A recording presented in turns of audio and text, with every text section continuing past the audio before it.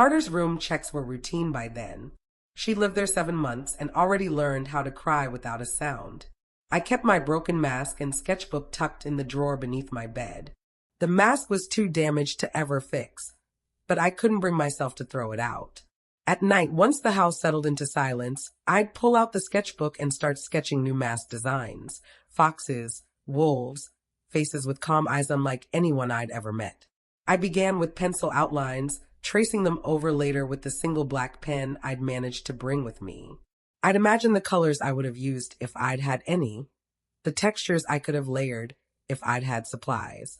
On paper, I could still build worlds where faces changed and identities could shift freely. One afternoon, while I was in the bathroom, their teenage son Brett stumbled upon my sketchbook. When I came back, he was flipping through the pages, his face twisted somewhere between curiosity and disgust. "What are you, some kind of freak? Gonna wear a new mask every day," he mocked, holding the book just beyond my reach. I grabbed for it, a little harder than I meant to. My hand brushed his, and he let out a dramatic yelp of pain before flashing a sly grin. By dinner, Mr. Carter had already called DCF. The report said I was struggling to adjust and showing aggressive behavior toward the biological children. When Miss Rodriguez phoned to tell me she'd be coming by the next day, her tone carried doubt, but it didn't matter. The choice had already been made. When she arrived, clipboard in hand and eyes full of sympathy, I didn't bother arguing. I packed lightly, the ruined mask, my sketchbook, a few clothes. 1 month, 2 homes. Before I left, Lacey stopped me in the hallway, her small fingers gripping mine, icy and trembling. "Don't go," she whispered, tears shining in her eyes. "When people leave, they never come back." I knelt beside her, feeling far older than 14. "I'll come back," I said. "Maybe not me, but my drawings will. I'll find a way to send them to you." It wasn't true, but it gave her something to hold on to. Maybe it gave me something, too, a reason to believe I could still leave a mark that mattered. Miss Rodriguez waited quietly by the door, pretending not to overhear. When I joined her, she placed a hand gently on my shoulder. "Sometimes the first placement just isn't the right fit," she said as we got into her car. "We'll find somewhere better." I didn't respond. I was learning that silence was safer than hope. The second house held 6 beds, every one of them occupied. The building was a fading Victorian on a corner in Peabody. Peeling paint, drafty windows, the ghost of its former beauty still visible in the curved staircase and high ceilings. The Davenports smiled whenever the social worker visited, but their smiles never touched their eyes. They took in 5 foster kids for the stipends, treating us like renters rather than family. I slept on the top bunk above Trisha, 16 and already a veteran of the system. She gave me the unspoken rules that first night. Don't leave anything valuable out. Lock your backpack at school. The allowance is $30 a month, but if you miss curfew, even by a minute, they'll cut it in half.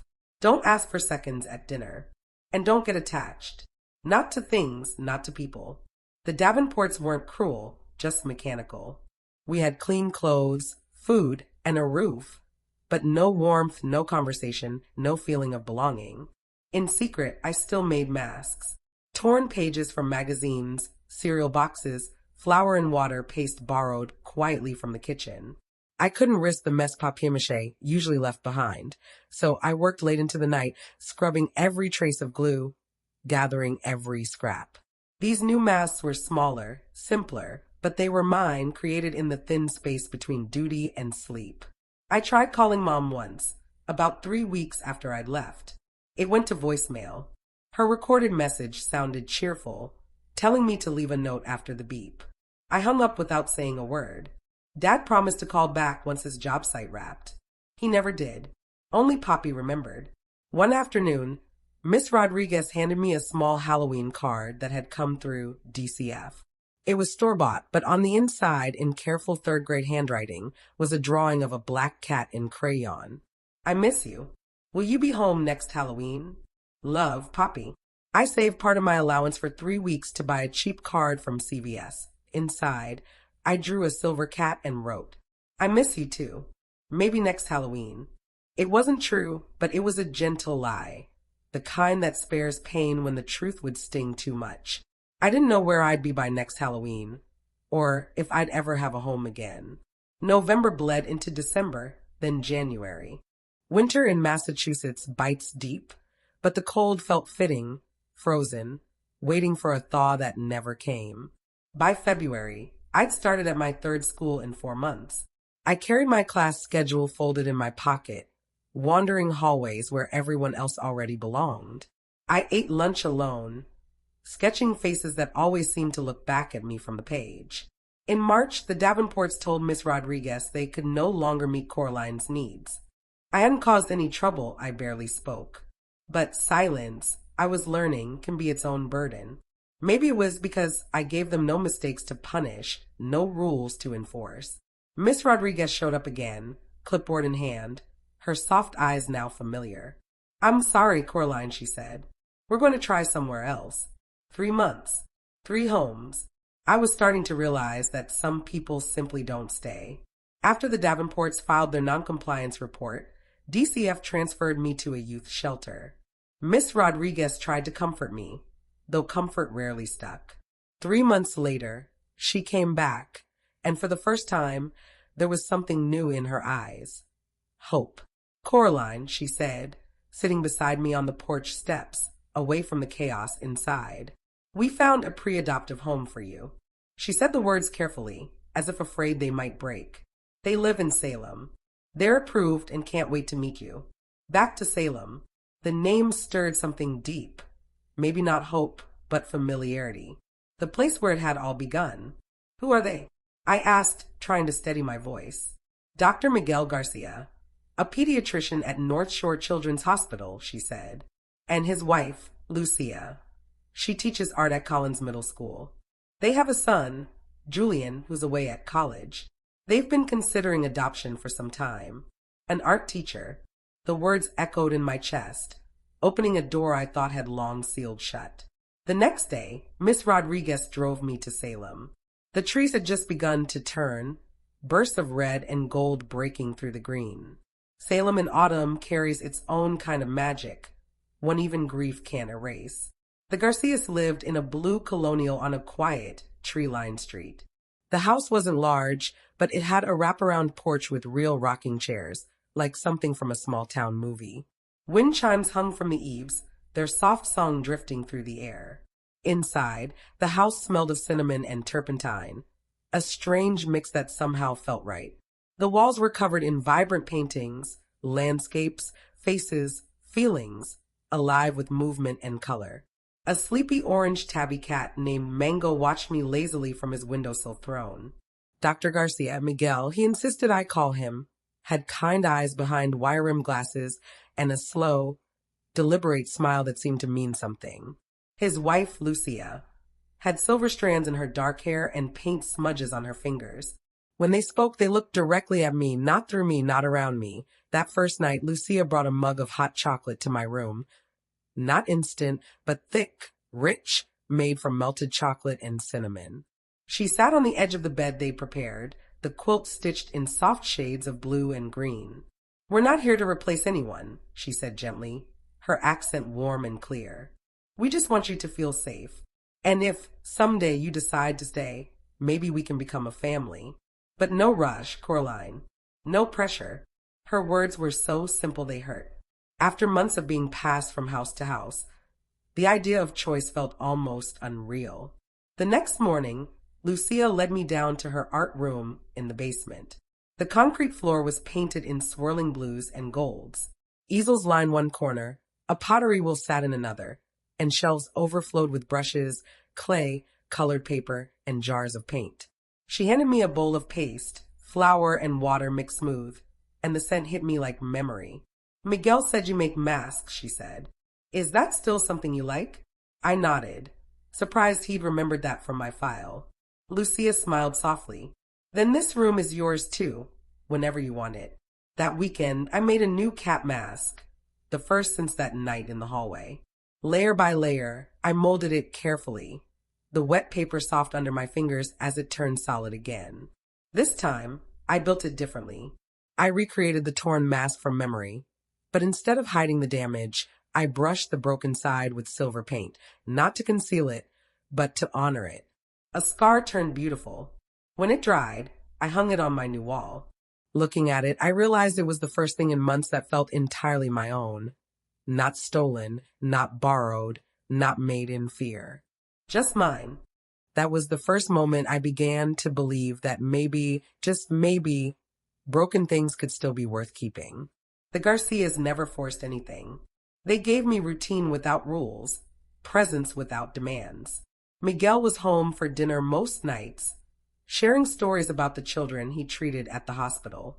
Lucia spoke about her students, her art projects, and gently asked about my day, never pushing for answers I wasn't ready to give. They'd include me in video calls with their son, Julian, who was studying engineering at MIT. He'd show me his dorm, introduce his roommate, and ask what I was reading or sketching lately. Never once did he make me feel like I was intruding or trying to fill his place.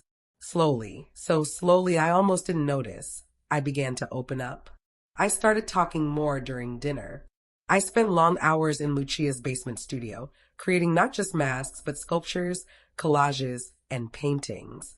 I began doing homework at the kitchen table instead of retreating to my room. Miss Rodriguez still visited with her clipboard, though it seemed less intimidating each time. She always asked if I felt happy there. My yes grew more confident with every visit. For months after arriving, I finally told her outright I want to stay. It wasn't an easy process. There were hearings, documents, evaluations. The same system that had moved me around so easily now seemed determined to test the one home I truly wanted to keep. But the Garcias never faltered. They came to every court date, filled out every form, answered every question. They fought for me in a way no one else ever had. When I turned 15, a letter arrived. My name written in the precise, sharp handwriting I knew so well, just like the notes my mother used to take at work. Miguel handed it to me at breakfast, his expression careful. "You don't have to read it now, or ever, if you don't want to," he said. I took it upstairs, sat cross-legged on my bed, the envelope heavy in my hands. Mango leapt beside me, purring like he was trying to give courage. Inside was a single sheet of cream stationery, her name embossed neatly at the top. She'd remarried. A man named David Connors, a hospital administrator, with a 10-year-old stepson. They'd bought a new house in Marblehead and were settling in as a family. The letter read like a polite holiday update you'd send to someone distant. She asked about school, mentioned that Poppy had started ballet, but there was no reason given for why she'd chosen one of us over the other. No apology for the silence, just tidy sentences pretending to bridge a gap that couldn't be written away. At the bottom, she'd written, "We'd love to hear from you when you're ready." I folded it carefully, slid it back into the envelope, and tucked it beneath my pillow. That night, I lay awake feeling its weight beneath my head, this thin, fragile tie to the woman who had once been my whole world. The next morning, I asked Lucia if I could borrow her special stationery, the one with watercolor flowers along the border. I wrote back, my handwriting unsteady, but my tone deliberate. I told her about the Garcias, my school, the masks I was making again. I asked if I could visit for Halloween. 2 weeks later, her reply came. "We're still getting used to our new family dynamic, sweetheart. Maybe next year would be better." A few weeks after that, Dad called. His voice was the same, warm and gentle, the one that used to read me bedtime stories. He told me he was marrying Rebecca Moore, his high school sweetheart before Mom. She had 11-year-old twin daughters. Hunter had just been accepted to college. When I asked if I could visit for Halloween, he hesitated. I heard the pause in his breath. "Rebecca thinks bringing another teenager around might confuse the girls right now," he said softly. "You understand, right, kiddo?" I did. They had new lives now, new families, and I was just something left over, an echo from before, a reminder of a chapter that hadn't worked out. That night, I cried for the first time since moving in with the Garcias. Not the quiet kind of crying I'd mastered in foster homes, but deep, shuddering sobs that tore their way out. Lucia found me curled up on my bed, clutching my pillow. She didn't speak. She simply sat beside me, resting her hand on my back, steady, grounding. She stayed until the sobs faded to hiccups, until my breathing slowed.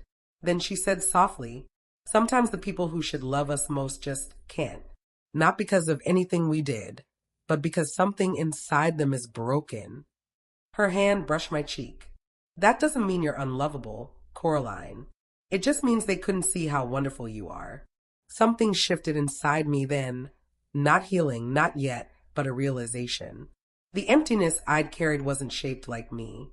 It was shaped like them. By 16, I'd lived with the Garcias for over a year. The court had extended my pre-adoptive placement.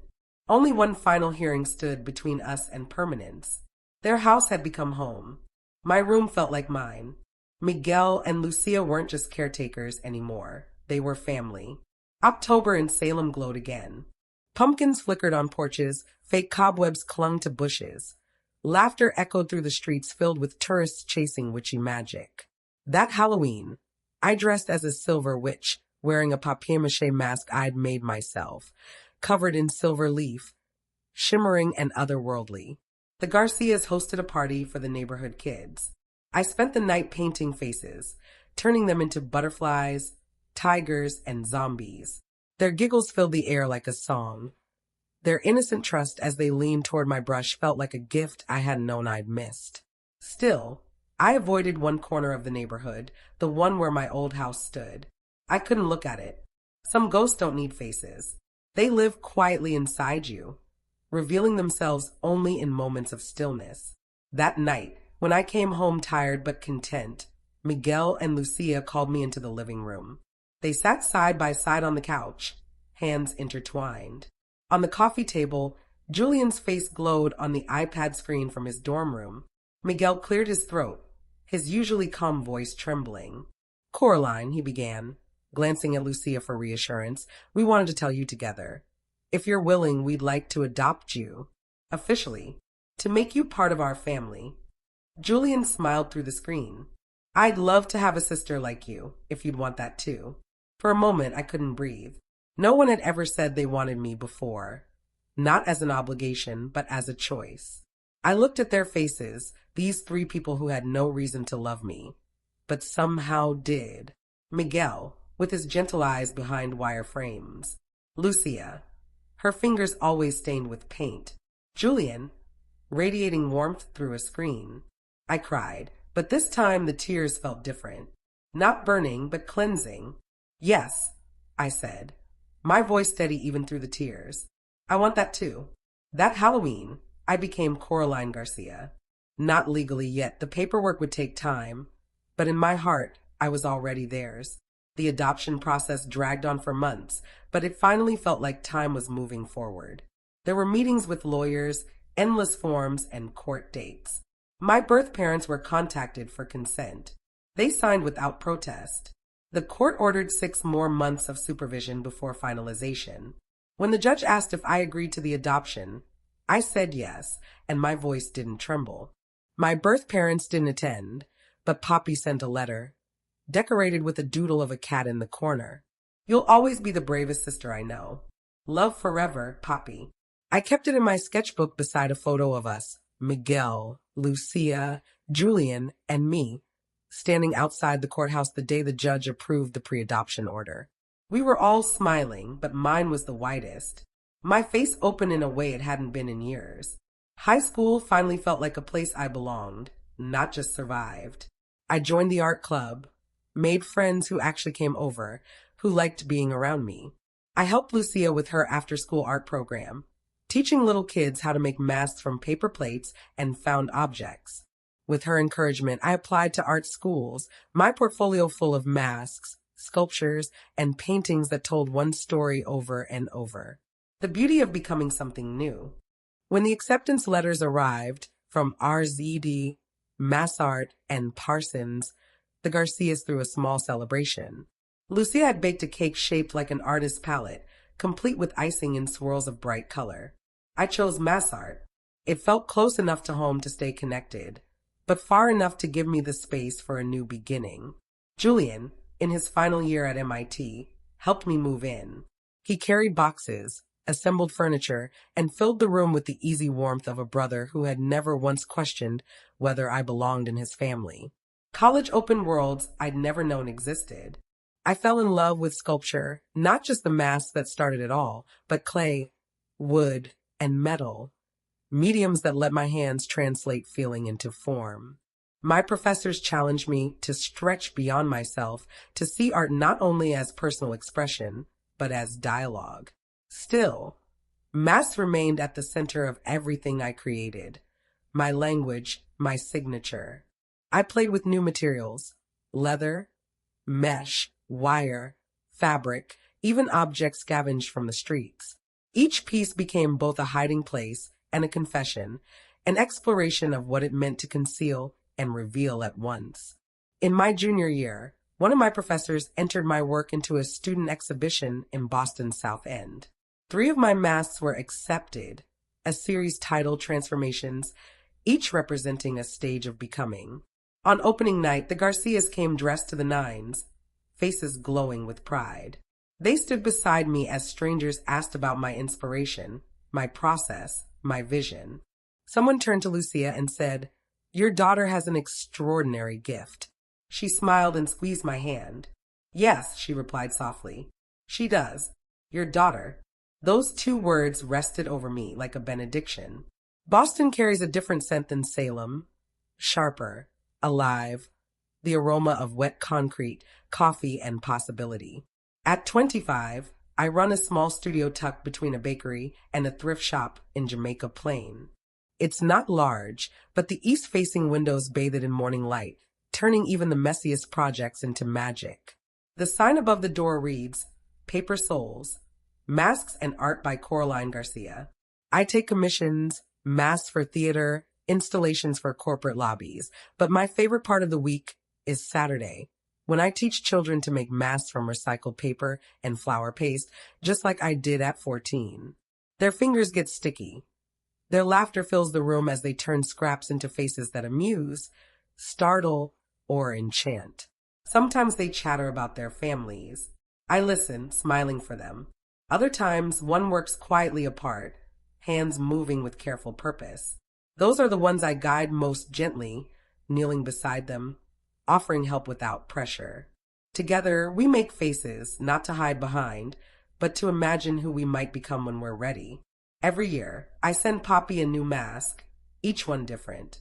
One gilded in gold leaf, another painted in twilight blue, another woven from copper wire that catches the light like flame. They're my promises, my reminders that distance and years and new last names haven't erased our bond. She's studying psychology now at UMass Amherst, and when she's home on breaks, we meet for coffee.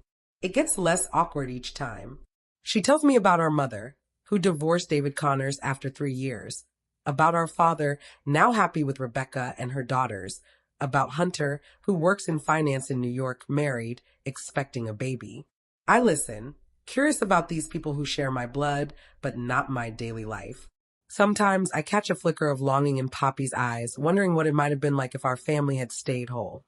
If I had stayed. I don't share that longing. The breaking, painful as it was, gave me what I needed. This October, a package from Poppy arrived. She's 20 now, her laughter still carrying echoes of the little sister I once tucked into bed. The note read, "Open on Halloween night." I waited as she asked. That evening, the Garcias came for dinner. Lucia brought empanadas made from her grandmother's recipe. Miguel carved a pumpkin that looked suspiciously like our cat, Mango.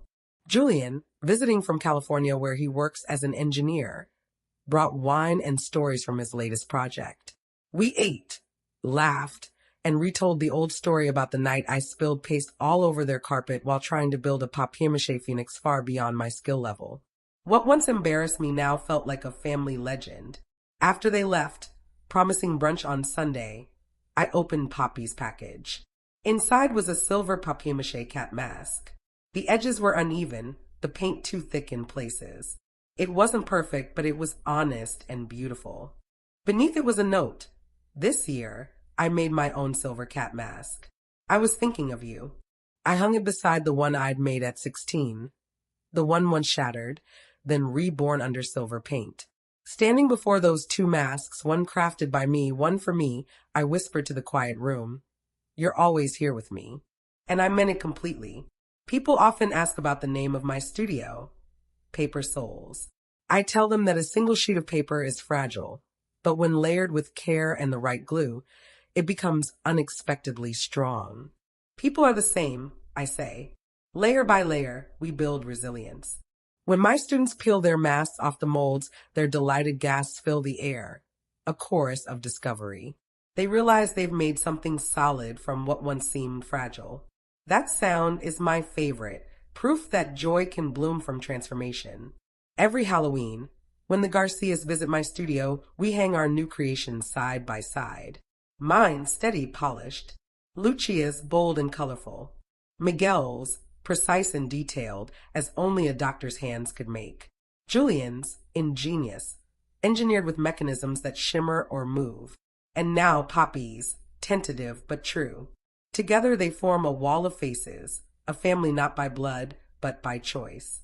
Sometimes I wonder what my birth parents would think if they saw it, a gallery of love shaped from broken beginnings. I doubt they'd understand. Some people never learn to look beyond the cracks to the beauty that forms there. But I have. Family isn't who you start with. It's who stays to help you mend the mask when it breaks. It's who sees the fractures and doesn't turn away, but shows you how to turn them into art, into truth. When I turned 30, an invitation arrived for Hunter's daughter's first birthday. My niece. The word felt both strange and miraculous.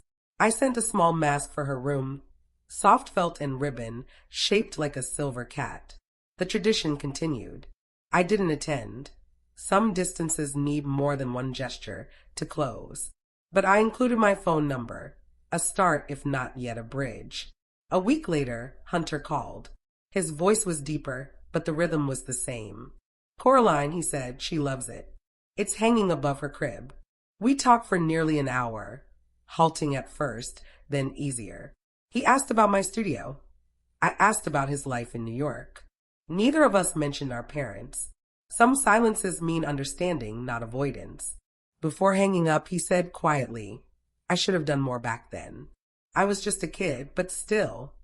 "We all should have," I replied. "But we're doing something now." It wasn't forgiveness, but it was something close, a new layer forming on an old surface.